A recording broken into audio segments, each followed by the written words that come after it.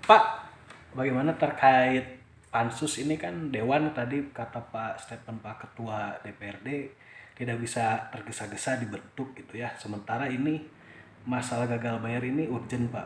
Kalau menurut Bapak pandangannya gimana nih Pak? Ya itu semua anggota dewan berikut pimpinan juga punya hak untuk berbicara ya, melihat pokok permasalahan itu bagaimana dari perspektif memandang ya. Eh, Mungkin yang dikatakan oleh ketua dewan juga versinya benar, yang dikatakan oleh ketua fraksi eh, Gerindra dan ketua fraksi PKS juga mungkin benar. Itu kan bagaimana cara pandang ya, cara pandang. Dan memang semuanya itu melalui tahapan gitu kan. Kalau mengacu kepada materi tentang masalah gagal bayar, ini memang harus cepat mungkin. Kenapa? Karena ini sudah lama dan ini proses jangan sampai tertunda-tunda. Karena itu jadi harapan daripada masyarakat atau rakyat Kabupaten Kuningan, terutama para PNS yang sertifikasinya tertunda, terus para ASN yang TPP-nya tertunda, para pengolah barang dan jasa yang hasil kerjanya sudah selesai yang tertunda, dan ini nilainya juga sangat besar sekali, cukup fantastis, dan rasionalnya di mana uang puluhan miliar atau bisa ratusan miliar itu bisa terselesaikan dalam waktu yang secepat mungkin. Nah, ini hak daripada anggota dewan. Semua anggota dewan itu punya hak, yaitu untuk mau mempansuskan, mau menginterpelasi maupun ke angket, itu hak anggota dewan. Nah, gini ya, kalau dalam menurut pemahaman saya gitu kan, yang namanya pimpinan itu sifatnya kolektif kolegial ya.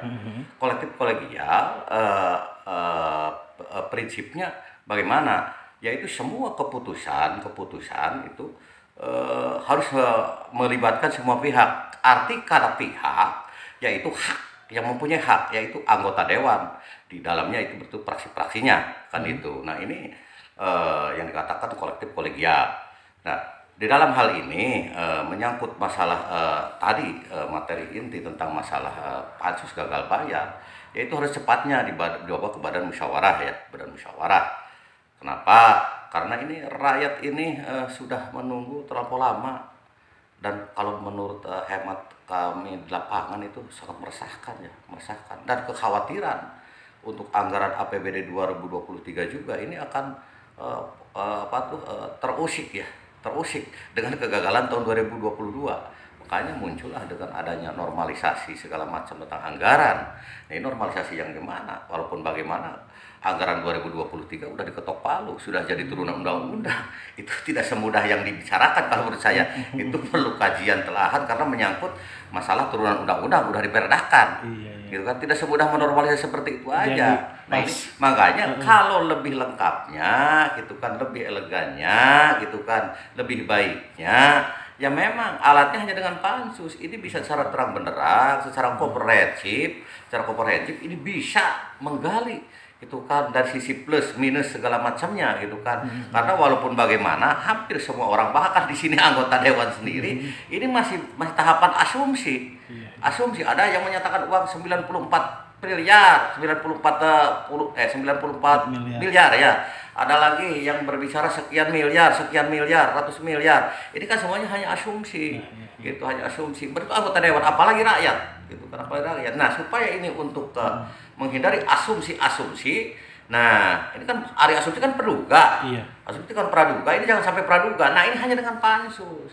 Gitu kan, hanya dengan pansus. Berarti dalam artian pemerintah tidak mau transparan untuk angka detailnya berapa defisitnya gitu Pak ya, karena belum terpublikasi. Ya, ini kalau pemerintah itu mungkin sudah menyampaikan gitu kan melalui dinas atau TAPD terkait kepada dewan, tapi kan belum secara lengkap, karena dewan juga baru menerima, belum menelaah, belum melakukan pendalaman. Kan gitu kan, apakah betul angka sebegitu?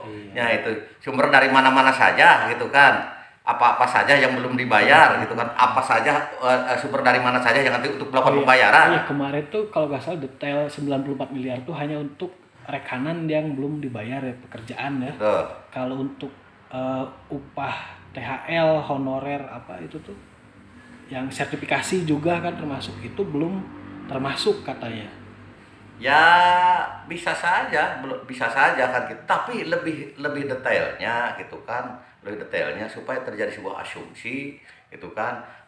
Dewan itu kan wakil rakyat, ya gitu kan, sudah mendapatkan mandat dari rakyat gitu kan untuk menjadi wakilnya.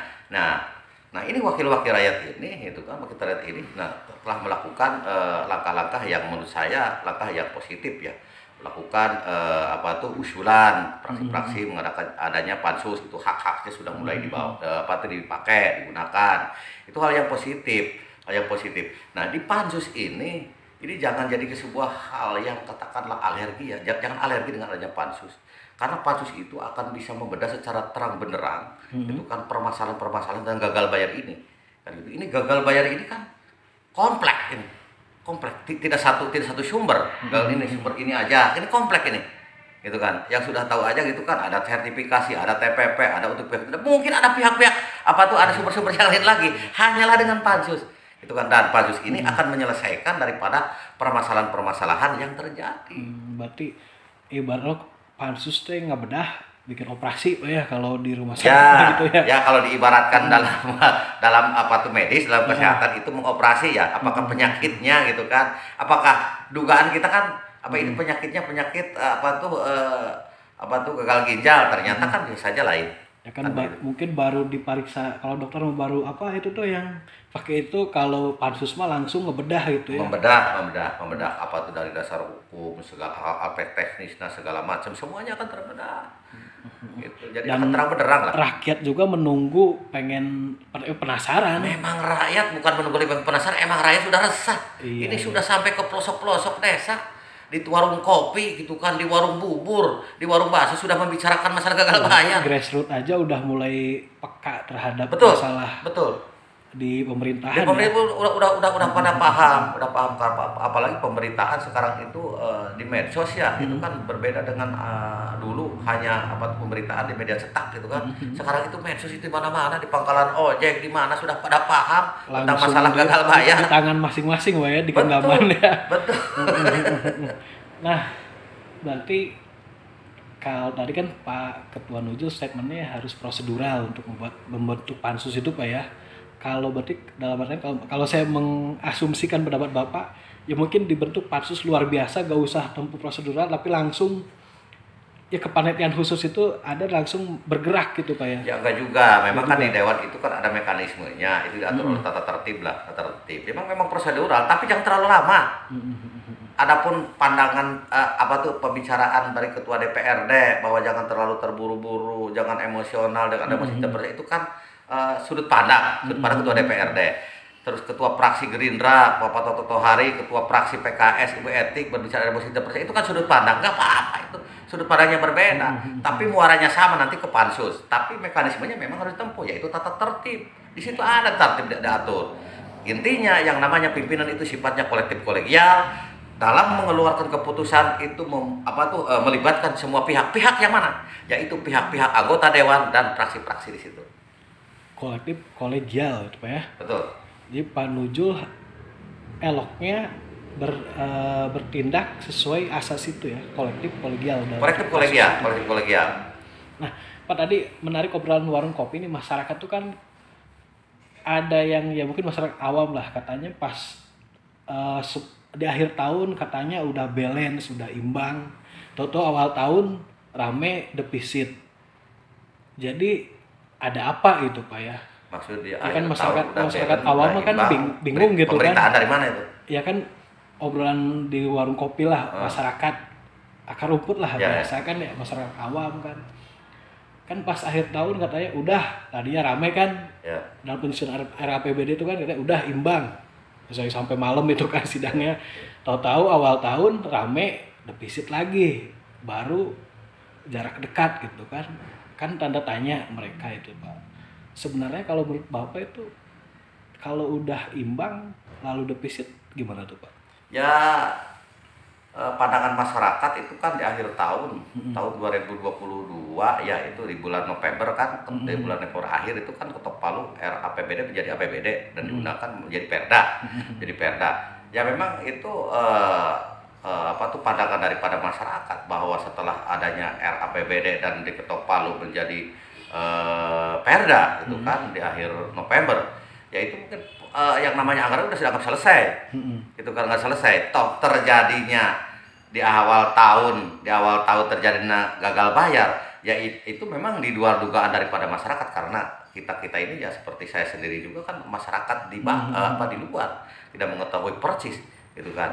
Jangankan kita orang anggota dewan aja kok nggak tahu. Jangankan kita sebagai rakyat, anggota dewan aja nggak tahu. Nah ini kalau tahu mau ada kegagalan, kayaknya RAPBD tahun 2022 juga sulit untuk disahkannya. Sebentar Pak, Bapak mengatakan anggota dewan nggak tahu. Berarti yang mengetahui hanya eksekutif tertentu ya. Eksekutifnya saja. Berarti ada yang hal tertutup? Enggak juga, bukan begini. Ingin apa jangan sampai terjadi pemelintiran daripada statement saya. Arti kata dewan nggak tahu gitu kan. Ini kejadian akan terjadi gagal bayar, dewan yakin nggak tahu. Nah, tetapi dalam proses 2022 APBD 2020 bulan November ya, bulan November 2021 yang anggarannya 2022 kan begitu. Nah, di perubahan di tahun di bulan Oktober, kan Oktober ketok palu, perubahan tahun 2022 mereka juga nggak tahu. Nah, ketidaktahuan ini bukan dalam arti dewan gitu kan secara mutlak, tapi di sini mereka juga ada sebuah ada komunikasi dalam menentukan sebuah kebijakan antara eksekutif legislatif tentang masalah pendapatan ya, mau pendapatan asli daerah, pendapatan dari dari APBN, pendapatan dari dari BP, bahkan untuk pengalokasian anggarannya, kegiatannya kemana-mana saja gitu kan, dewan tahu. Dan itu dari tim TAPD yang dibahas dengan tim Banggar, dewan tahu gitu kan. Cuma dewan ini kan mendengarkan dalam tataran teknisnya gitu kan, dalam tataran administrasinya mendengarkan dari eksekutif. Nah setelah itu mungkin dewan menanyakan, kalau menurut eksekutif hasil penyampaiannya dan dewan langsung menyimpulkan bahwa itu sudah pas, sudah layak, bahwa itu anggaran itu benar pasti bisa tercapai, ya mau apa lagi, karena dewan itu tupoksinya hanya pengawasan. Nah, eksekutif itu sebagai pelaksana, eksekutor. Adapun terjadi kegagalan bayar, ini maaf Pak, tadi saya berbicara bukan tanggung jawab DPRD. DPRD bertanggung jawab hanya dalam bentuk pengawasannya saja. Ini tanggung jawab eksekutif. Karena tupoksinya beda. Berarti eksekutif dalam nge-manage pekerjaannya tidak baik. Konsepnya tidak hati-hati, kurang hati-hati. Gitu kan. Itu kan terkonsep. Seperti gini. Contoh anggaran pendapatan asli daerah dari salah satu sumber ini perencanaan nih untuk mendapatkan sekian puluh miliar kan ini disampaikan kepada lembaga DPRD, kepada Banggar oleh tim TAPD tersebut.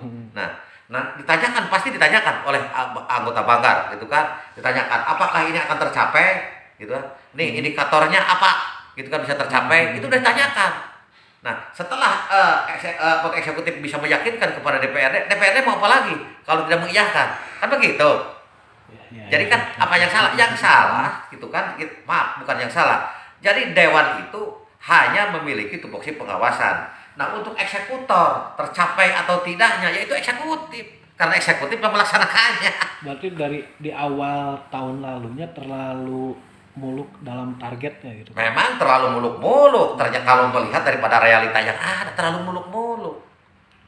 Jadi situasi baru pasca pandemi tapi udah memasang target yang kan pandemi kan ekonomi kan goyah Pak ya, gak stabil lah. Terus untuk menggenjot pendapatan terlalu memasang target yang besar gitu. Di antaranya itu target terlampau berlebihan. Terus mungkin ada di antaranya lagi, ada yang lain. Saya tidak akan dengan tanda kutip ya. Teknis. Dengan tanda kutip ya. Itu kan mungkin ada yang lain lagi kan gitu. Teknis itu Pak ya, hal-hal yang pas teknis kan pasti ada aja gitu kan. Ya mungkin semisal pengerjaan A di Pagu segini udah pasang harga tertinggi, tahu ada kenaikan berapa kali lipat atau ya bisa aja terjadi gitu kan, bisa terjadi karena anggaran tahun sebelumnya dilaksanakan tahun berikutnya, kan itu berbeda bulan, berbeda tahun. Iya. Tapi tetap berarti ini dari mulai perencanaan sampai teknis pelaksanaan ada yang yaitu harus dibedah oleh pansus itu. Ya oleh pansus lah. Pansus, karena jangan alat, makanya dengan adanya pansus, itu kan pansus itu hak anggota dewan sebagai alat. Itu sebagai alat. Berarti Upah mengatakan alergi ini bisa aja pansus lama-lama ada eksekutif yang takut ada pansus. Loh, jadi tidak berbicara masalah takut atau beraninya. Nggak ada cerita ini adalah tata kelola pemerintahan. Pansus itu dijamin oleh undang-undang haknya anggota dewan. Karena pansus takuti. Orang yang membuatnya ada orang anggota DPR RI yang membuatnya juga. Nggak, jadi barangkali kan ya saya juga hanya dugaan Pak ya, barangkali di eksekutif ada yang ya tadi tanda kutip itulah ada pansus ya takut pas dibedah ketemu ada apa gitu kan. Ya, kalau kayak gini, kita jangan takut berbicara sebuah kejujuran, gitu kan, kejujuran. Nah ini ungkapan apa adanya aja. Malah ketika pansus molor, masyarakat semakin berkurang kepercayaan. Justru kalau pansus molor, pansus tidak terwujud, maaf, ini akan adanya sanksi sosial daripada rakyat Kabupaten Kuningan. Berkurang kepercayaan terhadap pemerintah. Betul, itu pasti jadi kepastian. Karena harapan dari masyarakat atau harapan dari rakyat Kabupaten Kuningan, ini masalah ini diselesaikan secara terang benderang. Dengan apa? Dengan pansus, nggak ada lagi. Pokoknya pansus Pak ya. Nanti malah kalau pansus molor, yang tadinya masyarakat kurang percaya sama eksekutif, malah ke legislatif pun kena imbasnya gitu Pak ya. Dalam tataran pelaksanaan pansus, adapun eksekutif punya niatan untuk menyelesaikan gagal bayar yang jumlahnya puluhan miliar, bahkan puluhan miliar, itu berjalan aja. Pansus berjalan, pembayar seumpama itu mampu untuk dibayar, ya berjalan. Nanti endingnya di mana? Kan begitu. Nah Bapak juga kan ini mantan anggota dewan Pak ya. Ini di Kuningan baru Pak ya pertama kejadian seperti ini atau pernah? Sejarah, apalagi yang namanya gagal bayar itu sejarah. Adanya pansus apalagi ini sejarah di Indonesia kalau adanya pansus gagal bayar. Baru berarti Pak. Kayak sejarah di Indonesia baru ada pansus gagal bayar. Nah berarti kalau Bapak nih, ya ibaratkan Bapak ini masih duduk di parlemen Pak ya. Bapak membaca gejalanya karena apa Pak penyebabnya? Karena penyebab itu adanya konsep yang tidak hati-hati. Itu dari eksekutif ya? Ya. Nah kalau dari legislatifnya hingga menunda-nunda pansus ini? Itu kepentingan politik. Kepentingan politik. Jangan salah, itu kepentingan politik. Ini adalah boga politik. Yang menunda-nunda juga itu kepentingan politik. Jadi ya kita bukan a priori nih, kata dikatakan ketua DPRD, emang ini kepentingan politik, ketua DPRD pejabat politik, yaitu lahir daripada rahim partai politik, wajar-wajar saja, tapi wajar kalau menurut saya ini kepentingan politik. Semua juga di sini punya kepentingan politik. Siap. Saya udah tertangkap, berarti untuk DPRD laiknya melaksanakan kolektivitas kolegial, segera membentuk pansus. Dan jangan tunda-tunda ya. Tendensi kenapa molor bisa ini ada kepentingan politik yang ditutupi gitu ya. Dan untuk eksekutif berarti ini manajemen sampai pelaksanaan teknisnya yang kurang baik ya, gitu Pak. Konsep yang tidak hati-hati. Oke. Ya, baik Bapak, terima kasih.